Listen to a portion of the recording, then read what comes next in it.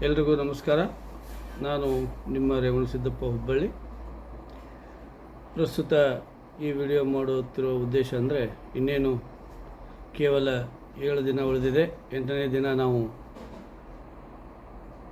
ಲೋಕಸಭಾ ಚುನಾವಣೆಗೆ ಮತದಾನ ಮಾಡುವ ದಿನ ನಿಗದಿಯಾಗಿದೆ.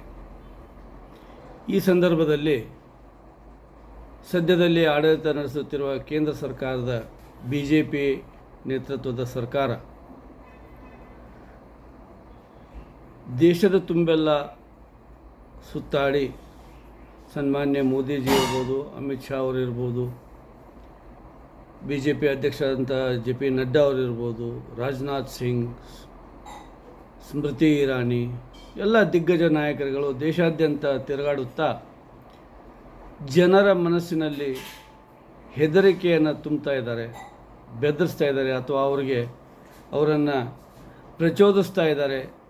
ಜಾತಿ ಧರ್ಮದ ಹೆಸರಿನಲ್ಲಿ ಅವರಿಗೆ ಮತ ನೀಡಬೇಕು ಅಂಥೇಳಿ. ಭಾರತ ದೇಶದಲ್ಲಿ ಇವತ್ತಿನ ಸ್ಥಿತಿಯಲ್ಲಿ ಹಿಂದೂಗಳು ಸಂದಿಗ್ಧದಲ್ಲಿದ್ದಾರೆ, ಅಥವಾ ಹಿಂದೂಗಳು ಬಹಳ ಸಂಕಷ್ಟದಲ್ಲಿದ್ದಾರೆ.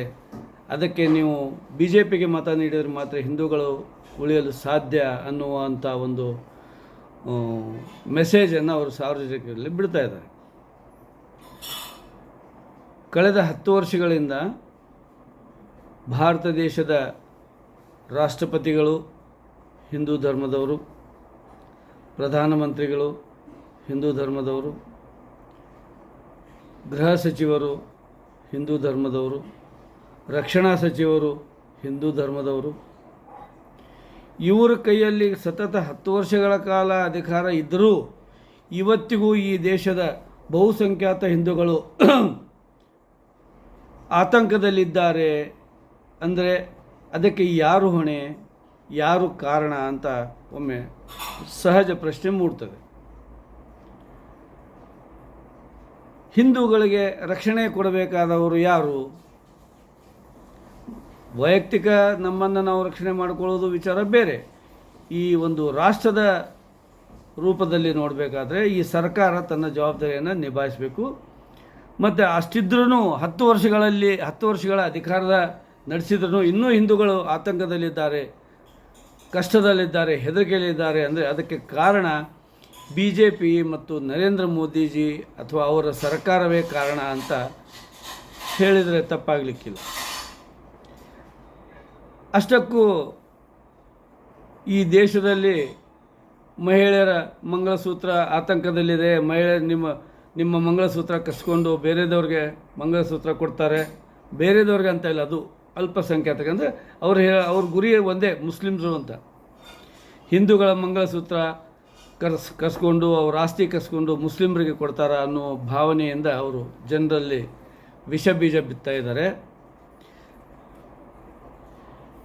ನಾಳೆ ಕಾಂಗ್ರೆಸ್ ಅಥವಾ ಇಂಡಿಯಾ ಅಲಯನ್ಸ್ ಸರ್ಕಾರ ಅಧಿಕಾರಕ್ಕೆ ಬಂದ ಮೇಲೆ ಹಿಂದೂಗಳ ಅಥವಾ ಇತರ ಮಹಿಳೆಯರ ಮಂಗಲಸೂತ್ರವನ್ನು ಕದಿಯುತ್ತದೋ ಇಲ್ಲೋ ಗೊತ್ತಿಲ್ಲ, ಅಥವಾ ಕಸ್ಕೋತಾರೋ ಇಲ್ಲೋ ಗೊತ್ತಿಲ್ಲ. ಸನ್ಮಾನ್ಯ ಪ್ರಧಾನಮಂತ್ರಿಗಳ ಅತಿ ನಿಕಟವರ್ತಿ ಹಾಗೂ ಕೇಂದ್ರ ಮಾನವ ಸಂಸಾಧನ ಸಚಿವೆ, ಮಹಿಳಾ ಮತ್ತು ಮಕ್ಕಳ ಕಲ್ಯಾಣ ಸಚಿವೆ ಸ್ಮೃತಿ ಇರಾನಿಯವರು ತನ್ನ ಆಪ್ತ ಮಿತ್ರೆ, ಅವಳಿಗೆ ಸ್ಮೃತಿ ಇರಾನಿಯವರಿಗೆ ಇರಲಿಕ್ಕೆ ಮನೆ ಕೊಟ್ಟು ಮನೆಯಲ್ಲಿ ಕರ್ಕೊಂಡು ಅವಳಿಗೆ ಊಟಕ್ಕೆ ಹಾಕಿದಂಥ ತನ್ನ ಗೆಳತಿಯ ಪತಿಯ ಅಂದರೆ ಅವಳ ಗೆಳತಿಯ ಮಂಗಳಸೂತ್ರವನ್ನೇ ಕದ್ದು ತಾನು ಹಾಕ್ಕೊಂಡು ಜೀವನ ಮಾಡ್ತಿರುವಾಗ ಇವರೇನು ಮಂದಿಯ ಮಂಗಳಸೂತ್ರ ಉಳಿಸ್ತಾರೆ ಅನ್ನೋ ಪ್ರಶ್ನೆ ಸ್ವಾಭಾವಿಕ.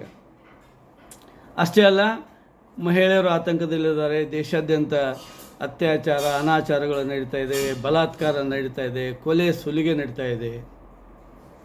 ಹೌದು, ನಡೀತಾ ಇದೆ, ಇಲ್ಲ ಅಂತ ಅದನ್ನು ಹೇಳಲಿಕ್ಕೆ ಆಗೋದಿಲ್ಲ. ಆದರೆ ಅದಕ್ಕೆಲ್ಲ ಕಾರಣ ಯಾರು? ಸ್ವಾಮಿ ನರೇಂದ್ರ ಮೋದಿಜಿಯವರೇ, ನಮ್ಮ ಸಂಸದಾದ ಪ್ರಹ್ಲಾದ್ ಜೋಶಿಯವರೇ.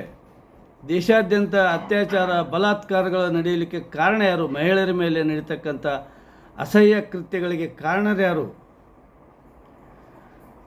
ಈಗಾಗಲೇ ಜೈಲವಾಸ ಅನುಭವಿಸ್ತಿರುವ ಆಸಾರಾಮ್ ಬಾಪು ಇರ್ಬೋದು, ರಾಮ್ ರಹೀಮ್ ಇರ್ಬೋದು, ಅವರೆಲ್ಲ ನಿಮ್ಮ ನಿಮ್ಮ ಪಕ್ಷ ಅವರ ಭಕ್ತರು, ಪಕ್ಷದ ಎಲ್ಲ ನಾಯಕರುಗಳು ಅವರ ಭಕ್ತರು.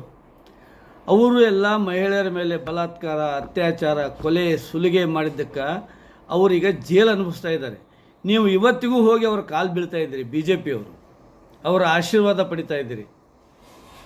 ಅಷ್ಟೇ ಅಲ್ಲ, ಬಿ ಜೆ ಪಿಯ ದೇಶದಲ್ಲಿ ನಡೆಯುವಂಥ ಮಹಿಳೆಯರ ಮೇಲೆ ಅತ್ಯಾಚಾರ, ಬಲಾತ್ಕಾರಗಳಲ್ಲಿ ಬಹುತೇಕ ಬಲಾತ್ಕಾರ, ಅತ್ಯಾಚಾರಗಳನ್ನು ಮಾಡುವವರು ಬಿ ಜೆ ಪಿಯ ಸಂಸದರು ಮತ್ತು ಎಮ್ ಎಲ್ ಎಗಳು ಅಂತ ಒಂದು ವರದಿ ಹೇಳ್ತಾ ಇದೆ.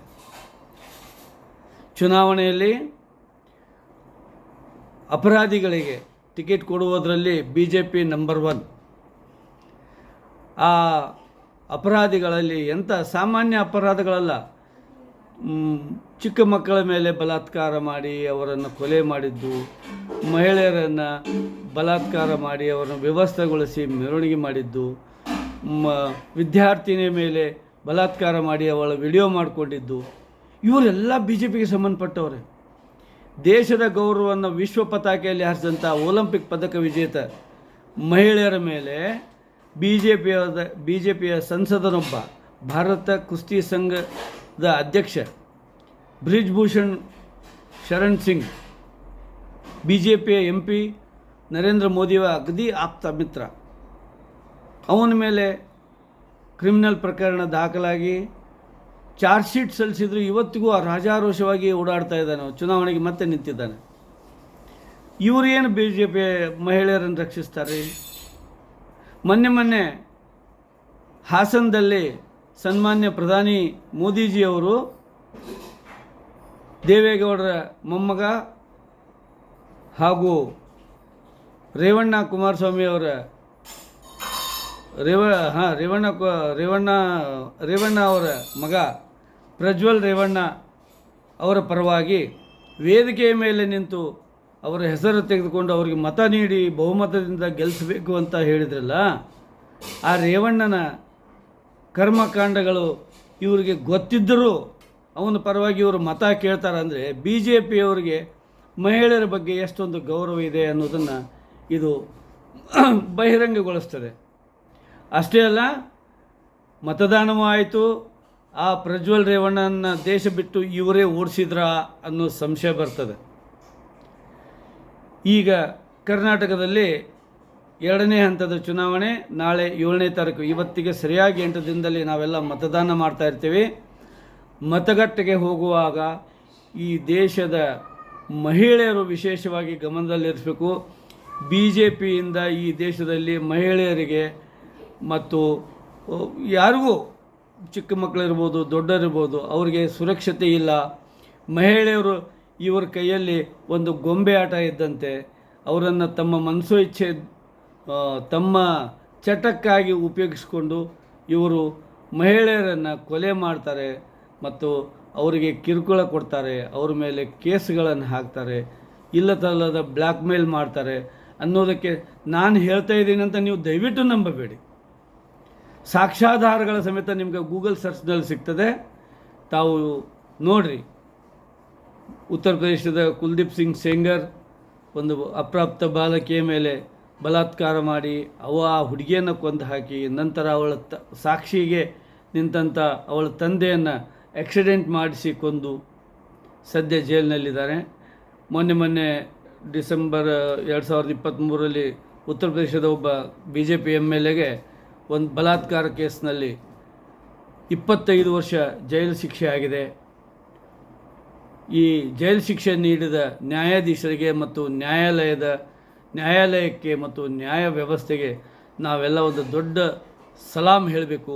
ಇವತ್ತೇನಾದರೂ ಈ ದೇಶದಲ್ಲಿ ಇಂಥವರಿಂದ ನಾವು ಬಚಾವಾಗಬೇಕಂದ್ರೆ ಈ ನ್ಯಾಯಾಲಯಗಳೇ ಕಾರಣ ಅಂತ 2 ಮಾತಿಲ್ಲದೆ ನಾನು ಹೇಳಬೇಕಾಗ್ತದೆ.